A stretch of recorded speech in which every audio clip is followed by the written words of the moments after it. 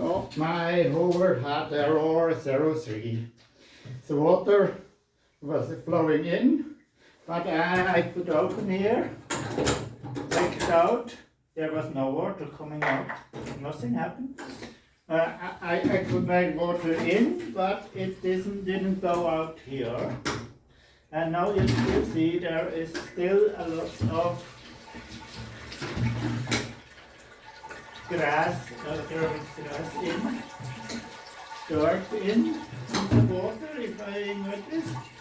To deadlock, I used pressure, high pressure. Here is a hole. If you come in with this long pipe, you can also use a normal one, but it's a long, it is easy. You can